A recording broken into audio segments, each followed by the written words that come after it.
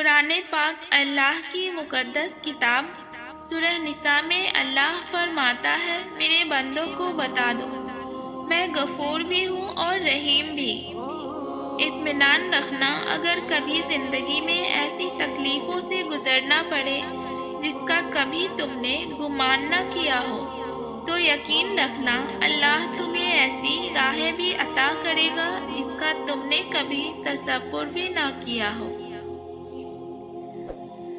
جیسے حضرت موسیٰ علیہ السلام سمندر کے سامنے کھڑے تھے اور ان کے پیچھے فرعون کا پورا لشکر لگا ہوا تھا اور نہ آگے جانے کا کوئی راستہ اور نہ پیچھے کوئی منزل، لیکن انہوں نے پھر بھی توکل رکھا اور موسیٰ علیہ السلام کے توکل کا انعام اللہ نے کرامات کر کے دیا، سمندر کے بیچوں بیچ راستہ بنا کر۔ موسیٰ علیہ السلام نے اس وقت اس رب پر بھروسہ رکھا جو انہیں نظر نہیں آ رہی تھی، کیونکہ انہیں راہ بنانے والوں پر یقین تھا کہ راہ بنانے والا لازمی موسیٰ علیہ السلام کے لیے اپنی اندیکھی مدد ضرور بھیجے گا۔ اللہ تمہارے دل میں دعا کا خیال تبھی لاتا ہے جب اس رب نے اس کو قبول کرنے کا درجہ عطا کرنا ہوتا ہے۔ اللہ نے تمہیں پریشان دیکھا ہے، اللہ نے تمہیں خاموشی سے بکھرتے ہوئے دیکھا ہے، وہ تمہارے درد کو جانتا ہے، وہ تمہاری روح کو کمزور پڑتے دیکھا ہے، اس نے تمہیں ٹوٹتے دیکھا ہے، وہ تمہارے دل کو ٹوٹتے دیکھا ہے۔ ایک میری محبت ہے اور ایک اللہ کی محبت ہے، اور اللہ کی محبت ہر شے پر بھاری ہے۔ میں اس کی عبادت کرتی ہوں، یہ میری محبت ہے، اور وہ مجھے عبادت کی توفیق دیتا ہے، یہ اس کی محبت ہے۔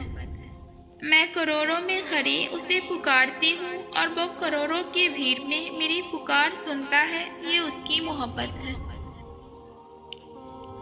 تو کیا ہوا اگر وہی تمہارا نصیب ہو جس سے تم ہمت ہار بیٹھے ہو؟ صبر سے گزار کر اللہ پھر تمہیں یقین کا امتحان لیتا ہے، وہ تمہیں سزا نہیں دیتا بلکہ اپنے پاس لانے کے لیے آزماتا ہے۔ تم یہ کیوں نہیں سوچتے کہ دینے والا تمہارے مقدر اور تمہارے وسوسوں سے بہت بڑا ہے؟ خزاں میں اپنے ایک ایک کر کے تمام پتے کھو دیتا ہے وہ درخت، مگر پھر بھی بہار کی امید کبھی نہیں چھوڑتا۔ تم بھی اپنے رب العزت پر امید کبھی نہیں چھوڑنا۔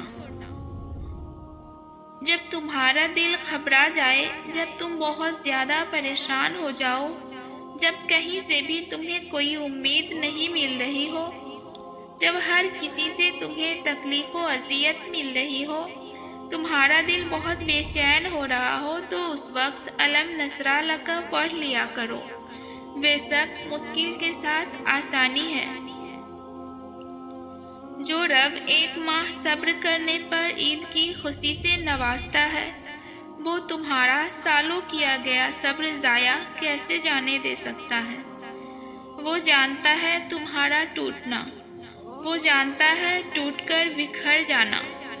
تم صبر کی امتحا پر ہو تو سنو، اس کی مدد بس پہنچنے ہی والی ہے۔ تمہارے بہائے گئے آنسو کو اس نے قبول کر لیا، تمہارا سسکنا، سجدوں میں اسے پکارنا اسے پسند آ گیا۔ بس وہ تم سے اب راضی ہونے ہی والا ہے، وہ تمہارا نصیب اب بہت جلد بدلنے ہی والا ہے۔ یقین کرو تم اپنی دعاؤں کو قبول ہوتے بہت جلد دیکھو گے۔ دل اگر درد میں ہے تو اسے سجدوں میں لگا دو، لفظ نہیں مل رہے تو خاموش گفتگو میں اللہ کو اپنا ہر قصہ سنا دو۔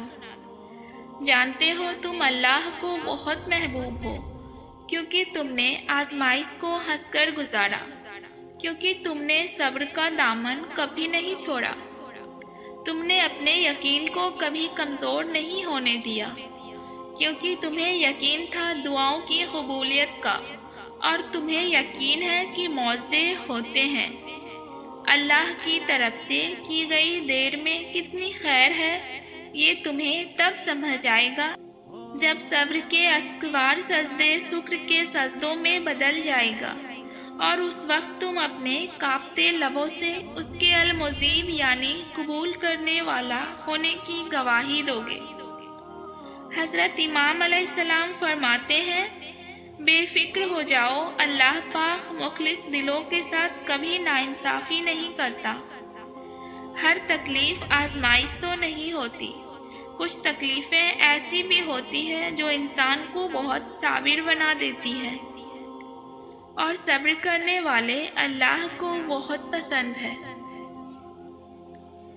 آخر میں آپ سے گزارش ہے، ہمارے حوصلے افزائی کے لیے ہمارے ویڈیو کو لائک اور شیئر ضرور کریں، اور آنے والی ویڈیو سے باخبر رہنے کے لیے بیل آئیکن کو پریس کریں۔ اپنا اور اپنوں کا خیال رکھیں۔ شب بخیر۔